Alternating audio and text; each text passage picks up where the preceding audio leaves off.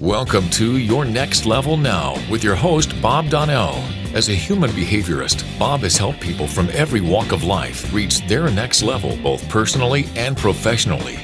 Whether a celebrity, professional athlete, or entrepreneur, Bob has helped them align their behavior with their desired result in their life and career. This is Your Next Level Now with Bob Donnell. So everyone, welcome to Next Level by Association.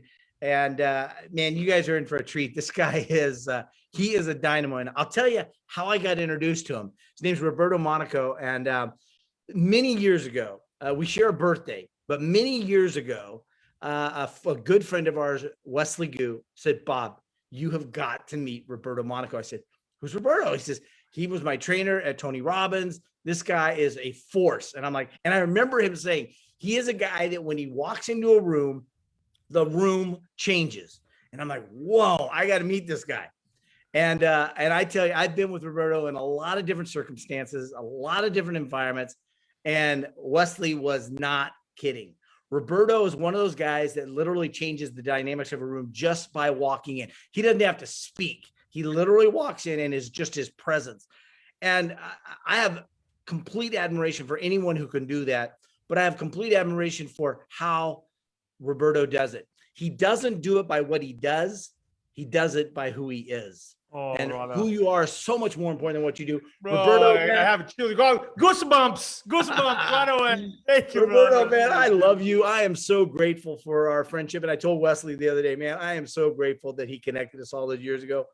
Roberto, you've moved from California to South Carolina. I did. But first of all, I love you, bro. Family of your own here. Yes. I love Bob, man. You were an amazing soul, brother. I remember the conversations we had. You're an inspiration to me. So authentic, brother. So genuine. And the training and the coaching industry is hard to find someone like you that just comes from. I got a message here. I'm sorry, leaving. No, continue. Yeah, that comes from the heart, brother. So I just love you, brother. Appreciate you. I'm a big fan of you, brother. Thank you, brother. Likewise.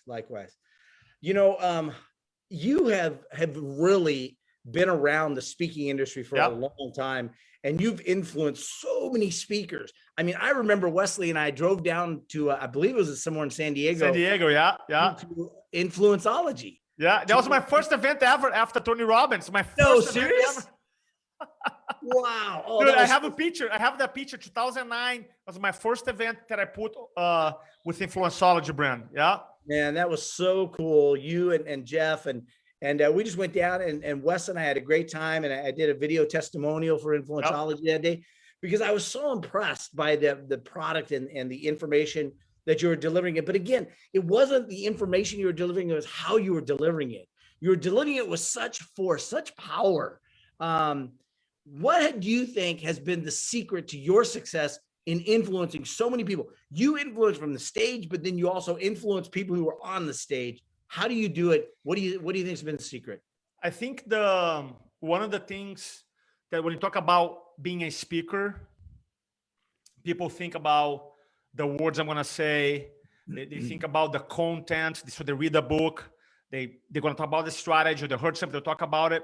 And for me, one of my highest values is congruency, you know, and congruency meaning alignment. So as a speaker or communicator, as an influencer, by the way, as a dad, mom, brother, husband, you have to be congruent. So for me, if a message is not congruent, to me, if a message is not congruent to the way I live, I choose not to talk about it. And doesn't mean that everything I talk about it, I got a 10 or I'm perfect. Not at all. But at least I'm congruent. So for example, if I tell you, hey, you know what? You should be using speaking, doing live videos to grow your business. Guess what? I have to be the first one doing it. I'd be like, oh, Roberto again. They're not perfect. They're not perfect. So congruency for me is one of the key drivers to speak with force, not being forceful, but your message is powerful, because I don't believe in speaking to inform. I believe in speaking to transform, because information, people can go to Google, type it up, anything, and have 1 million results. I believe in delivering information, creating a context to create a powerful transformation experience. because people, at the end of the day, they want to buy a product or service, they want to buy a transformation. And I feel, and I learned that, Bob, when I was working for Tony Robbins. This is back in 2002. We were doing these talks, 3 talks a day, selling me and Wes and other guys selling Tony Robbins, Unleash the Power Within. And I remembered some days we used to do a talk 8 a.m. in the morning, one at 2 p.m., and one at 8 o'clock in the evening, someplace 200 miles away from home. And you're tired. And remember that. And I remember that was, and those situations happen over and over and over again. So I developed this strategy. I said, by the way, this is 2002, 2003. We didn't have iPhones. But I remember that I'm going to walk in a room now. I'm going to pretend I'm going to put a camera, and they're going to record this presentation. And then they're going to show that presentation to my grandkids. And all they're going to know about grandfather, what kind of man he was, what kind of leader he was based on that 1 or 2 minute video. How do I have to show up right now to these people at 8 o'clock in the evening? And that brought this like this energy, this state. I'm like, it's not about, because speaking is never about the speaker, it's about the audience, right? So I think that force comes from understanding congruency, understand purpose, understanding that a true speaker, communicative influencer, it's kind of like you're doing that for the audience, for real. Wow. That is a powerful exercise. That, right? It was like, because then it's so many times like, man, I don't feel like doing it, right? Because if you do 400 talks a day, a year, you're like, man, I don't want to do it anymore. I don't want to speak. I just don't want to do it. It's okay. Yeah. But I remember, and then you're like, man, what if, and for me, I always, it's helped me so much in my career. And especially English being my 3rd language. I grew up in Brazil. I was 25 when I moved to America. And when I was 12, 13, you had the choice to do a 2nd language. And I look at Brazil is surrounded by Spanish-speaking countries. And I told myself, I'll never use English, right? So I took Spanish, right? And then, so for me, I was becoming a quote unquote a speaking coach, a communication coach for me is the whole idea of purpose, the whole idea about congruency. If you're congruent with your story, and if you feel like your story can share, not for your ego, but if you want to share to help other people, I think there's a lot of power or force into the message. You have demonstrated that over and over again. And I remember one night, Wesley and I went down to San Diego, and we went to a crowded bar with an MMA fight going on, and watching you just walk into that room, watching you own that space. And it was like, it was really a treat to witness. And I was like, Wes, you weren't kidding. This guy is just on fire.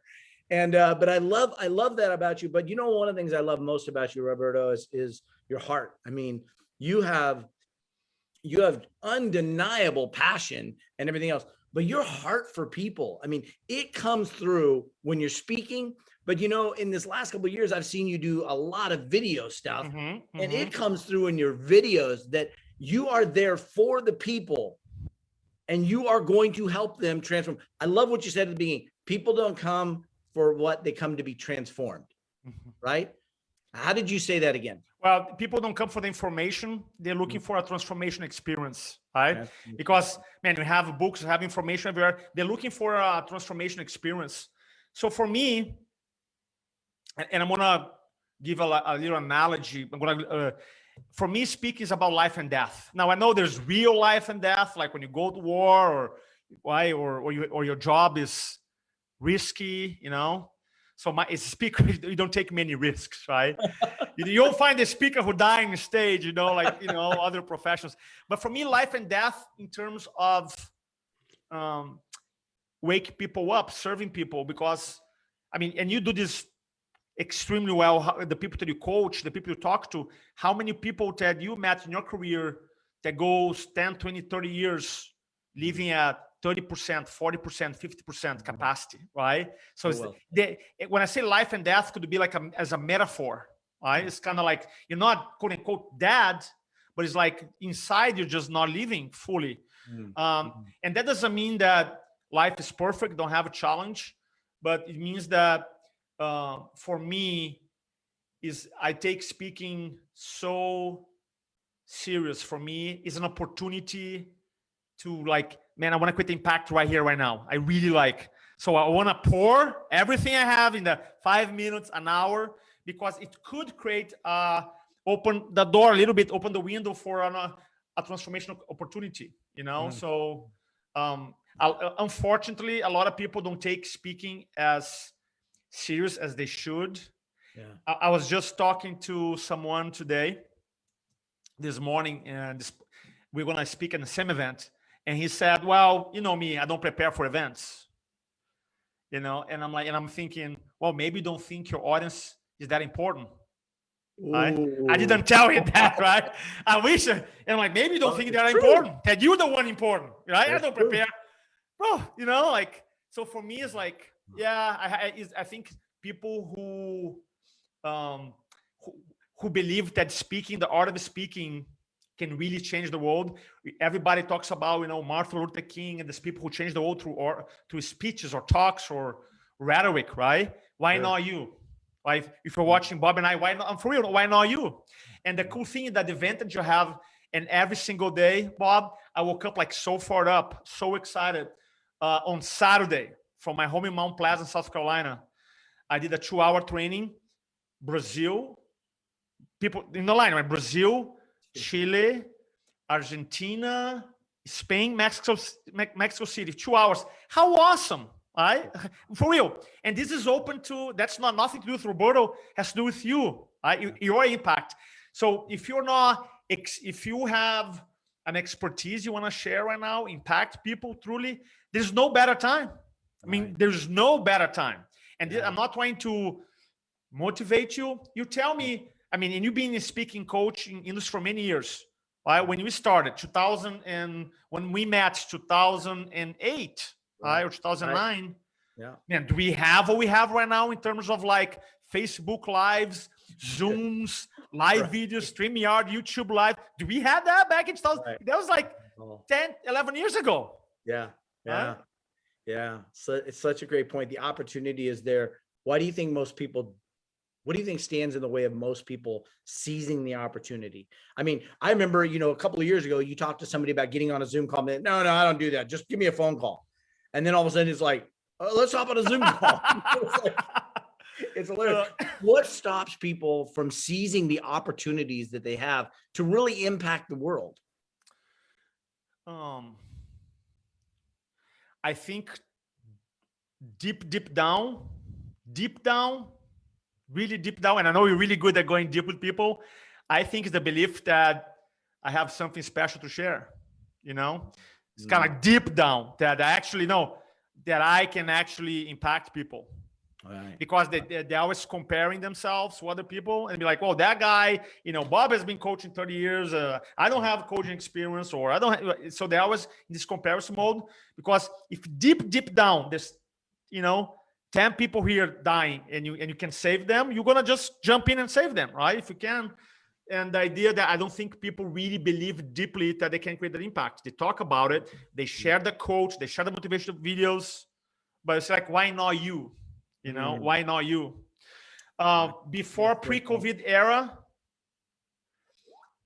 we had, you know, speaking was one style. You do an event, you do a workshop, we do it. You can do a lunch and learn. And now I would say that speaking will never go away in terms of a traditional public speaking workshop, seminars will never go away. But now this whole opportunity of the virtual presentation, right, open up. I done 7 3-day events already online, 30 hours, right? I'm scheduled to do an event in 2 weeks for Australia. The only part is that the time zone is not very fun. I did one, I was like, I literally, my speaking time was like 1:50 a.m. to 4 a.m. And I'm like, oh, you know, terrible. But the idea is that I feel like before was already a barrier for people. and then you stack technology into it. People like, oh, I cannot get in state or be captivating in front of a camera talking, by myself. Like, it's limiting beliefs. So I think that number one is to figure out, do I really believe that I can help other people? Do I really believe that my message is my story is worth of telling? Really? Because if it is, then you share. And I go through this. I've been doing public speaking presentation training since 2000 and started in 2002 on my own, 2008. And sometimes like, wow, I'm tired talking about people experience fear, uncertainty, nervous doubt, anxiety. I'm not gonna talk about it anymore. But some people still experience that, right? So I'm like, so sometimes it has to do with you always gotta keep trying to refresh or reassociate yourself back with your content. I know it was a long answer, but no, I think it's a great answer, and I think there's absolute truth in that. One of the things I love about what you teach is it's not just about teaching about how to speak to a mass, to thousands of people, but your ability to influence, even speaking one-on-one, even sharing a business opportunity with a small group of people. Your ability to influence is going to really determine your ability to help someone else have a breakthrough and have a better quality of life. And I think most people think of a speaker coach or a speaker trainer and they go, oh, I don't stand on stage. Brother, you stand on stage every moment you open your mouth in front of one person, right? And I love that because you're so good at teaching people that. So you've got these people that are like rabid fans. I mean, I know some of them that are absolutely rabid fans of Roberto Monaco. And what do you think it takes to get an audience of one or an audience of 1,000 to become a rabid fan of you or your business? Because I think that's what people are needing right now. I love it. The question, man, you're the best. You ask the best questions. So I feel, okay, couple things. One, I would say deliver value. I think people underestimate the power of delivering value. And I have a quick story. When I was living in San Diego, the same class that you took, we had a class, and then we went from one day. I think the first class was 2 days. We ended up doing a 3-day event. I remember a year later, 2 years later, we promote a class. We select these 3 days. And then a month into the promotion, I realized that was the same weekend of Super Bowl. And I'm like, oh, nobody's going to come. So I called because people started emailing me, hey, man, the hotels is too expensive to San Diego. The airfare is expensive. I'm like, okay. So I look at my calendar. I'm like, okay, let's move the class. Let's call everybody who already bought tickets and ask them, is it okay if we change? And I don't know how many numbers we sold, but maybe let's say 10. And I personally call everybody, say, hey, we have this issue. Can you change next day? No problem. Everybody's no problem. So we changed the web page, changed everything, changed the date. And our event is Friday, Saturday, and Sunday. Friday, 8 o'clock starts the event. So Friday morning of the original date that got moved, I go for a run. So it's 8:30, I'm running in Forest Ranch by Rancho Bernardo in California. And then all of a sudden my phone starts buzzing, Dallas. I'm like, pick up, hello? Hey, Roberto, we're here. And I'm like, who's this? Oh, so-and-so, we're here for the event. And I say, no, do you remember we spoke on the phone and you moved the event? He goes, yeah, we did it. But then after, I received a couple emails with the original date. But my business partner forgot to, I blame Jeff, right? He forgot to change the dates.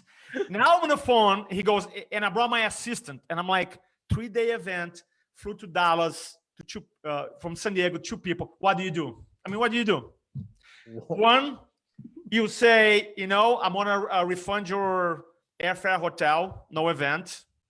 Or 2, do the right thing. And I said, give me a couple minutes. Call the hotel, say, hey, you still have the room available? Yes, I want to book right now, Friday, Saturday, and Sunday. Call the guy back and say, hey, we're having a class. 3 days for 2 people. Whoa. One of the latest became a professional speaker in technology and computing, right? One of them. So the reason I say that is like, man, dude, it was our mistake, 100% be on it. But I could just say, I'm not going to do a 3-day event for 2 people. Yeah. We did it. Same event, same annual. It was like, so one is always go an extra mile. That's my philosophy. Yeah. Always. So that's one. And then, How do you stand up and deliver for two people? I mean, now I know I would tell you that some parts was weird. Yeah. Because we do a lot of like overcoming fear, and sometimes there's group share, and like I don't want to share with my boss, and I'm like, I grew a lot though. Let me tell you this way: that weekend, I personally grew a lot. But it was, literally was a 3-day event, 2 people. I mean, and that's this is an example of, I feel, creating value in everything we do. It's not only on that class, over deliver. And then 2, consistency, I think, is key for anybody. For me, I'm super aware when I'm not being consistent with things. I'm like, bro, not perfect, just correct. So I would say deliver value, be consistent, and then innovate. I think that it's funny when I do this class about virtual presentations and video marketing, all this stuff.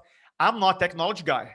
I remember in 2009 when I left Tony Robbins, I got a Mac, and I bought they offered the Mac Genius whatever protection plan.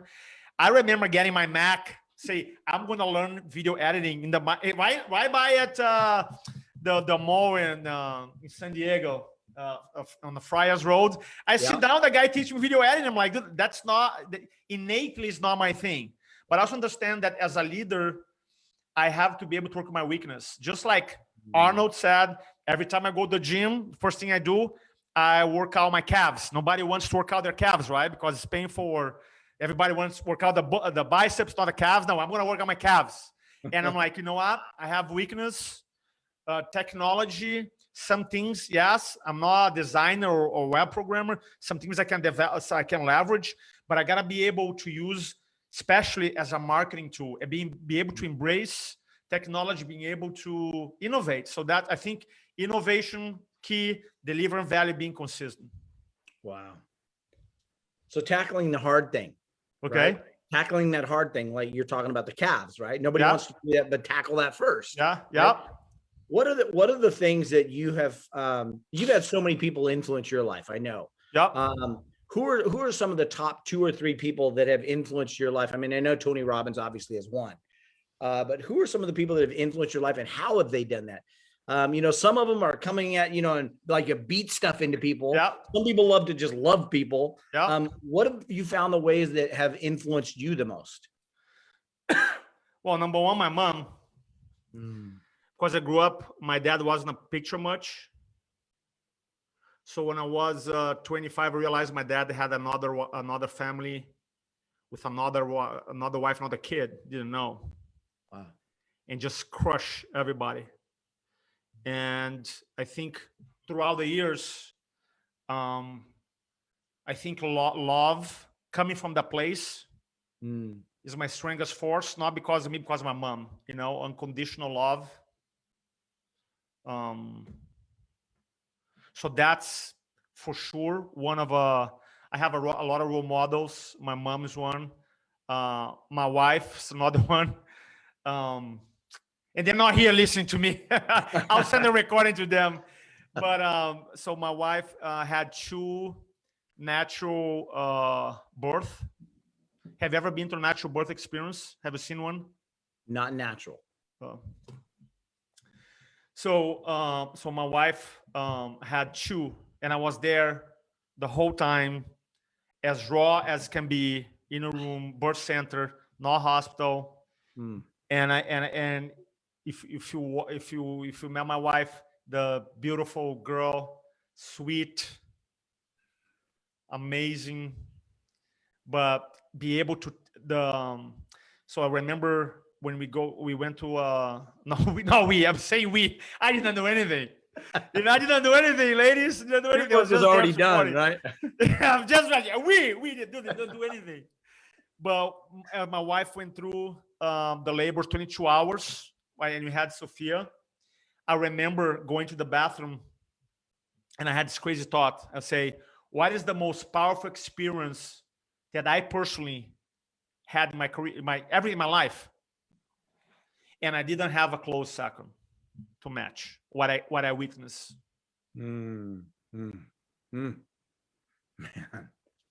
And I'm like,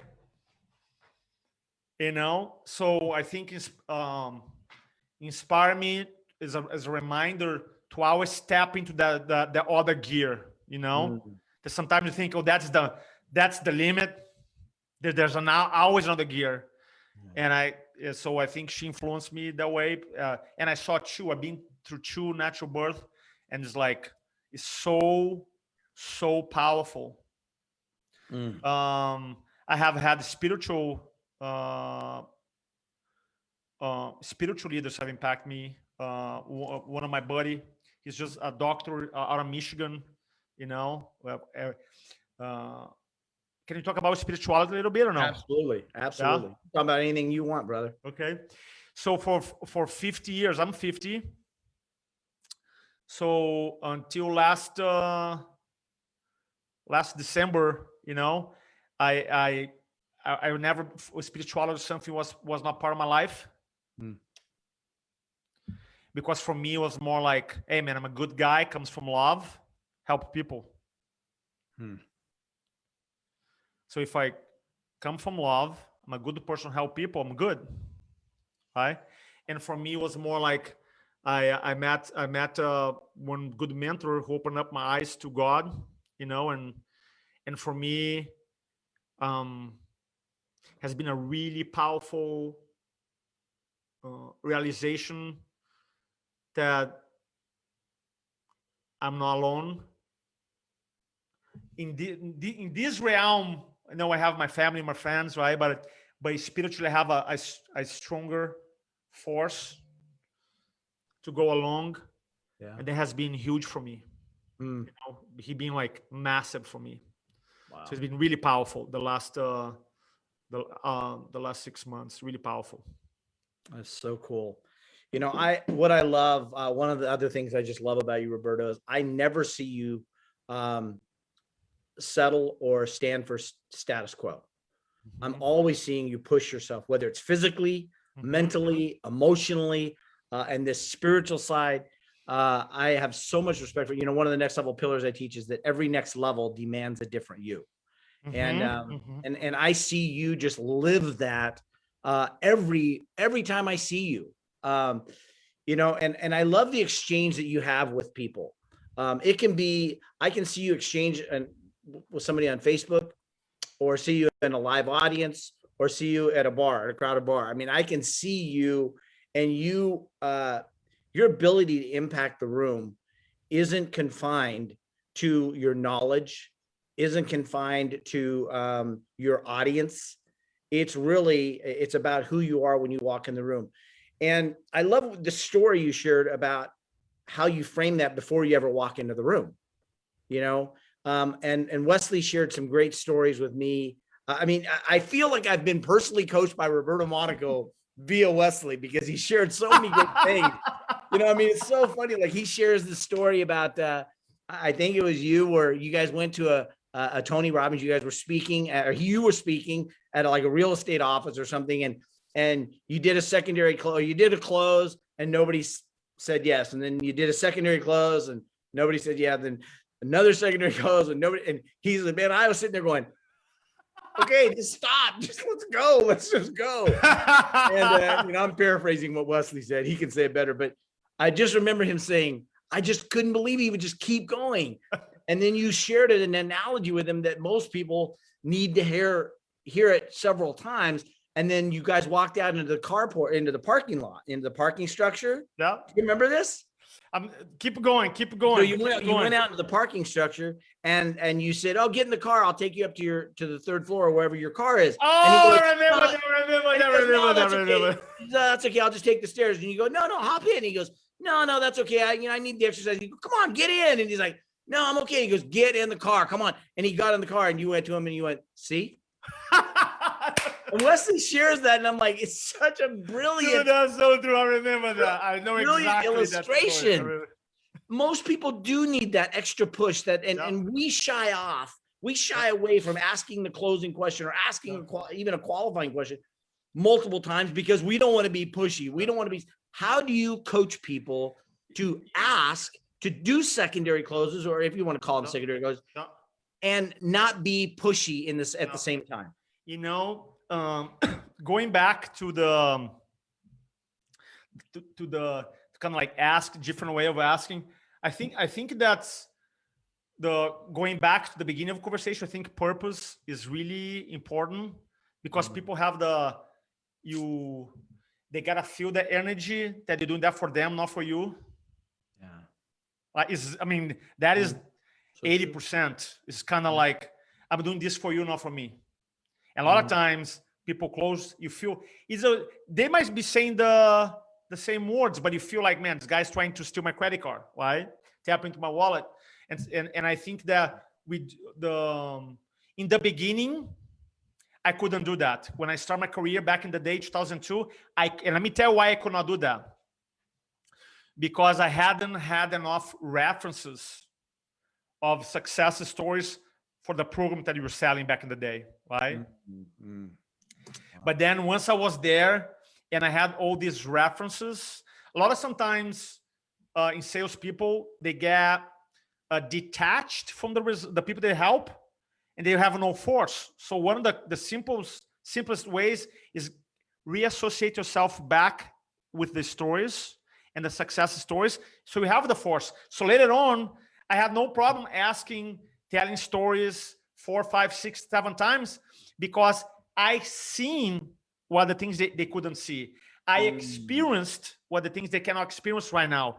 I felt the things they're not feeling right now. So I think that helped me, and I was coming from a place of love and purpose, so that I was able to do it. And for me, it wasn't about me; it was about them. You know, powerful. That what has worked for me. Yeah, and I mean, and I've seen it work. I mean, those are such great illustrations. But it has to come from that place that you're doing the right thing. Yeah, and you're doing it for the right reasons, and you're doing it for someone else other than yourself, right? And you know, we know the difference between influence and manipulation, right? But you know, you have really impacted people's lives, not just on how to speak, but how to just be themselves. And what do you think stands in the way, as we kind of get ready for maybe a couple of questions and close out? So we want to be respectful of your time. But what do you think are the ways that people can really stand in who they are? Because a lot of people right now, I think, especially after COVID, are wondering who they are now, because their identity was so tied to their last paycheck or whatever. But they're trying to figure out who they are. And maybe even if they know who they are, they don't know how to be that person in this environment. What do you say to that person about how do they be that person that they need to be in this environment? Oh, that's a really powerful question, because I just went through this. For example, back was March 13th. I had a one-day training here in South Carolina, and I was driving down, and my wife calls me, hey, they shut down Charleston. I had probably 20, 30 speaking gigs, traditional public speaking gigs. They all just like cancel my whole year. And I'm like,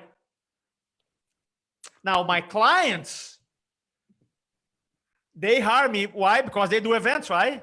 Their events cancel too. Yeah. Oh, man. And so it's really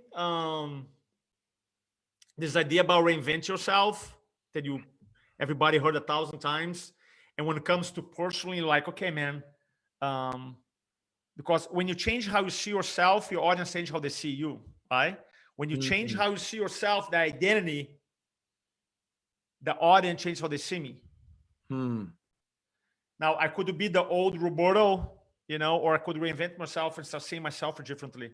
So that's what I did. And I realized that throughout the years, while I have helped people with public speaking presentations, 99% of my clients hire me or work with me or come to classes for one reason only, because they want to be able to market their practice, their business, their services. They want to be able to sell, get more clients, more patients. So what I was doing through the whole, my whole journey, marketing has always been part of what I do. If you think about it, why you want to become a better speaker? Well, because I want to do a talk and get more patients. It was just a form of doing it. And then I realized, that's an opportunity for you to reinvent myself. And that's what I did. But I was clear about my expansion, not changing who I am. I still do public speaking, presentation seminars, virtual presentation seminars, but I was able to not change who I am, but expand who I am. There's a difference. I just expanded. Nice. And so now I offer other services, and the knowledge that I give to my clients, Bob, is this: that before I had this amazing chocolate ice cream, quote unquote, traditional communication, public speaking presentation, and now I just add a new flavor, cookies and cream, right? Which one do you want? So that's kind of analogy I give. So I feel like you never, people think, oh, I lost my confidence, lost my certainty. You never lose your certainty or confidence. Is always there. You're just not tapping into you're just not accessing in the right context. People say, oh, I don't have certainty. I lost my confidence. You didn't lose my confidence. You're just not accessing in this context. And I personally feel right now, again, I would ask myself, okay, what's something that I cannot do something I'm not passionate about. I know some people can. They have this part of the brain, they shut it off. Yeah. And for me, long term, I have to enjoy and love it, me personally. So I cannot give an advice outside of that. Yeah. But I think it's an opportunity for you to reinvent yourself right now and use it, because the whole world is reinvent yourself. Zoom, right. Reinvent yourself. Yeah. Live streaming, yeah. Reinvent yourself. So like, for example, in the event industry, moving forward, you're going to have virtual events, you're going to have hybrid events, even in small events, 10, 20, 30, 40 people now. You can put a camera in a room, have a video guy, and then you can, with very economically, you can stream, right? So every company now is going to transformation. So in reinvention, I think that's the time for you to reinvent yourself and not having limited beliefs like I'm too old or I can, or I don't know technology. This for me is a limited belief. So I feel like we got to look at this opportunity right now and ask yourself, okay, what's something that I love? Something that I've been thinking about for a long time. And you go for it. I love the reframe you're talking about as far as you didn't lose your confidence. You're just not accessing it. Yeah, for sure. What do you say to somebody who says, okay, I'll buy into the fact that I'm just not accessing it, but I don't know how now. I don't know how to access that. What do you tell them? I would say this. I'd say, well, first of all, I want to prove to them that they know how to access the confidence. How confident are you? You love your kids or your wife with sports, right? How confident you're a good person? First of all, I'll prove that they be able to access. Right? I would ask questions. How confident you are? You want to help people? How confident you are? You love your brother, your sister, or mom, or a loved one, or abroad, or a friend? How confident are you? I would ask a bunch of questions until they go, I'm pretty confident. At one point, one question would click. At one point, be like, one of my 1,000 questions, one of them like, yeah, I'm pretty confident. It's like, okay. All right, so how confident can you devote yourself to a new endeavor right now? I have mentors like yourself, Bob, that guide them through it. So I feel that, so that's how to start the process. And then I would say, okay, what would be something fun that you grow, that can make money, create an impact, and and write down a couple ideas and pick up one and start, I have had projects like yourself, I'm sure that didn't work out. Right? We had a lot of people, they think like, well, we have the project has to work. But a lot of projects, sometimes they don't work. That's right. And then you keep moving. When I think for me personally, I remember growing up in Brazil, clear picture. I'm like 13, 14. And I used to watch soccer players and singers, and they're so passionate about it, almost like they're made for something. Yeah. And I remember telling my mom, Mom, I want to do that. And my mom teasing me, what do you want to do? You don't know how to sing? You're not good at soccer, right? And I'm like, no, Mom, I want to have that feeling that was made for something. Now, at that time, I couldn't verbalize purpose, right? I couldn't verbalize that. But just the feeling like, man, and now I feel that way. Now, I'll tell you, it was a journey. And I do feel that everybody has that. I really believe that. I think everybody is created for a purpose. For some people, it's clear. For other people, it's not clear. For me, I went probably like almost 10 years trying to figure out that, like reading books, seminars, try and error. Because I remember the soccer player and the singers. I remember. I think there's something there. I didn't know how do I tap into it. And I feel like so many people now, if you were to do a one-on-one intervention, say, look, forget about money, put money from aside for a second. Right? I mean, if you could do anything right now, truly, or tomorrow, or what would you do? Or write down 3 or 4 things that you have interest on it. Because sometimes like, I don't know if you don't know one thing, watch 2 or 3 and you start the path. So many people in self-development, which is unfortunately, they don't walk the talk because they say, believe you can do it, you can achieve it, all this stuff. And then I see them around, they have 20, 30 careers, right? Because I'm like, dude, weren't you preaching like, and now you're changing again? I'm not, by the way, I'm not against to change, but my point being is like, I feel this offers an opportunity for you to reinvent yourself and come up with something that you're passionate about. To be like, what would be fun for me? I don't want to retire from my career. Now, maybe I want to work less, spend more time with my kids and my wife, for sure. Why? Tell me one reason why I shouldn't have amazing talks like you right now. That I should stop doing it. Tell me one reason. Yeah. There's none, right? There's none. Right? So I feel, brother, I think is one, understand that you never lose. I remember one of the public speaking classes, the guy years ago, people like, oh, I lost my, I don't have confidence. I'm very uncertain when I speak. I'm like, how certain are you about your uncertainty? Guy goes 100%. I'm like, can you just be 100% then instead of, so we all have the muscle, maybe not using. So to be like, you know what are you certain about? And then you go, what has been something that you considering would be fun for you? Is it speaking, is selling, is open a business, something that you have in your mind, work with. I feel like a lot of times you're just afraid to fail and you shut it down. So I think now is a powerful opportunity for us to reinvent yourself. I in the pandemic, not only I kept my traditional business going, I've done 7 events, but I launched a new event. I dove into 2 specific technology I didn't know much about. I learned. So there's a lot of growing pains. I'm not gonna say it's easy. Growing pain, uncertainty, don't know. It just don't know, right? And you keep, but I know I have the belief, like, man, that's the way I'm gonna go that route. Right? And then you go. Wow. I appreciate that so much. I think that there's not a time and there's not a person in my life that hasn't experienced that from one time or another, and some just at a greater degree. And I know that I've experienced it, and I know almost anyone else I know has experienced it. So thank you for sharing that. I know we've got Pearl always has a comment. If you guys have a comment or a question, it is going on Facebook Live too. I'm seeing it. So if you have a question or a comment and you want to make a comment, go ahead and type it in, or come on live. If you're on Zoom, go ahead and come on live.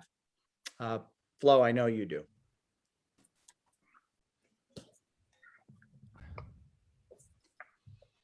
Okay, Pearl's first. Hello, Pearl, you're up. All right. I love that. I love your accent. Don't know, figure it out. I love that. And technologically challenged. I'm 68 years old. It's like, dang, do I really want to learn all about that new stuff? Why don't I just find somebody who knows how to do it? So for me, don't know, figure it out. Yeah. That's awesome. Pearl, first of all, I love that you're here. You have an accent too? Where's your accent from? No, you're just making fun of me. California born and raised. I just love accents. I lived in Mississippi for 9.5 years, so I can turn that one on like a light I switch. know you're like, does she have an accent? That's funny. That's funny. No, You I know- love your accent. Oh, I appreciate that. California born. Oh, I love it. My wife is from California. She was born in San Diego too. So, the whole technology piece for me, there's things I don't need to learn. I don't want to learn, and you can leverage. Yes, for 100%. But there's some things depending on your role that you want to learn. It's just going to make your job 1,000% easier. Right? So it's kind of like, for example, if you the technology that I use for live streaming. I use StreamYard. So I do that. StreamYard. For video technology 101, which I record messages to my clients, I use Dubb, D-U-B-B, which is amazing. I recorded I'm like 1,900 videos 101 in 2 years. 101, it's crazy. Wow. Probably my number one game changing. For project management things, I learned Quip, Q-U-I-P. It's a project management platform. Some of the things that I use is like, and I have to learn, and my brain doesn't work like that, is naturally, but I learn because it will take like 10 times more to leverage that someone. Even if I have an assistant, right? 10 assistant. Some things just have to learn, become comfortable. Because it's kind of like, I don't want to learn how to use a smartphone. Okay. No. But right, go back to the flip phone. But then you're going to realize you're missing a lot. Now, I don't know all the things, the smartphone, but I have the maps, I have the texting, I have all these amazing things. Spotify, I can listen to it. And that's the idea. Comes a point, a lot of people like, I don't want to learn new thing. Okay. Right? We have to. And also for our role, I feel it's so important. So. Yeah, I love that. It's so true. And again, you can choose not to learn it. You're just going to miss some opportunities. That's it. Just prepared to lose opportunity. Okay. Yeah. And one more thing too that I was say on that. And I told this I was preaching this in 2009. 2009, when I left Tony Robbins, I went to Amazon and I typed up video marketing. 2009, there's only 4 books on video marketing. 2009. So I bought all the books, I read it, and I realized if you don't do video, you're going to be the speaker speaking Portuguese to an audience that understand Mandarin only. You're going to struggle. And this is my message 2009. Now you're like 2021 now. Still. So it's kind of like, and it's not, so you don't want to learn because of you or we don't want to serve more people. It's never about you. It's never about you. So. Love that. Flo, you got a comment or a question? Whatever. Wow. Everything is just, it's like mic drop, Roberto. Bob warned me that this was going to be a great one. And I'll have to tell you the story of you convincing Wes to get in the car to go to the parking lot. That story has been retold by both Wes and Bob multiple times. Thank you. That's funny. Love it. Just love it. I love it's like Wes. he kept asking, and then I was like, yeah, our friend Roberto, he just kept asking, and I was like, now I can put a face to I just love it. I loved how your influencers, I took pages of notes. I mean, I was writing really fast, and I like to put little question marks or little things in the little column on the side. And I have so many on the column on the side, so I have to pick one. But I love how your influences of how they were your mom and your wife. What would you say, would your wife say about you? What do I think should say about me? Mm-hmm.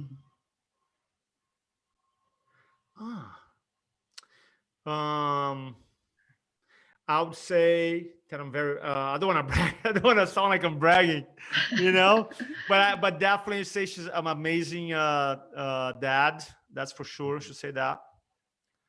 I take pride. I'm a very passionate person. and I put family first. You know, that's why I moved from California to South Carolina. I want to provide a better environment for my family. You know, something that I want to give credit to my wife. The second thing that I learned that I think was the biggest thing. I think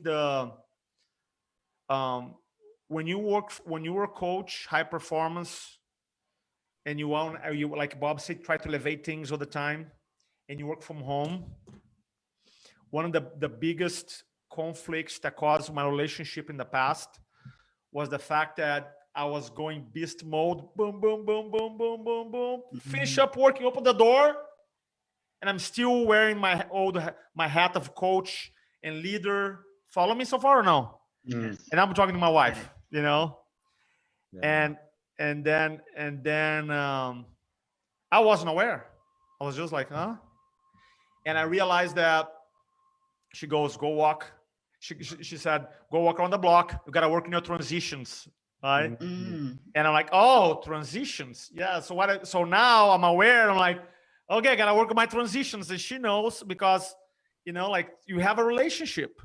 Because I knew a guy in Tony Robbins era, super nice guy, had the whole package, nice guy good looking, everything that we feel like a woman would like, super nice, sensitive, talk. He never was in a relationship, ever. And I'm like, dude, I can't understand. And I realized that every time he met a girl, he shows up and was trying to coach her. You know what I mean? Like, bro, they don't need a coach 24/7. Right. Because you're not a coach, right? It's like, and he couldn't, quote unquote, make the transition. And I realized that for me was one of the biggest things that was my wife taught me is like, I'm not perfect, but I was like, gotta have a transition. So I don't come that energy.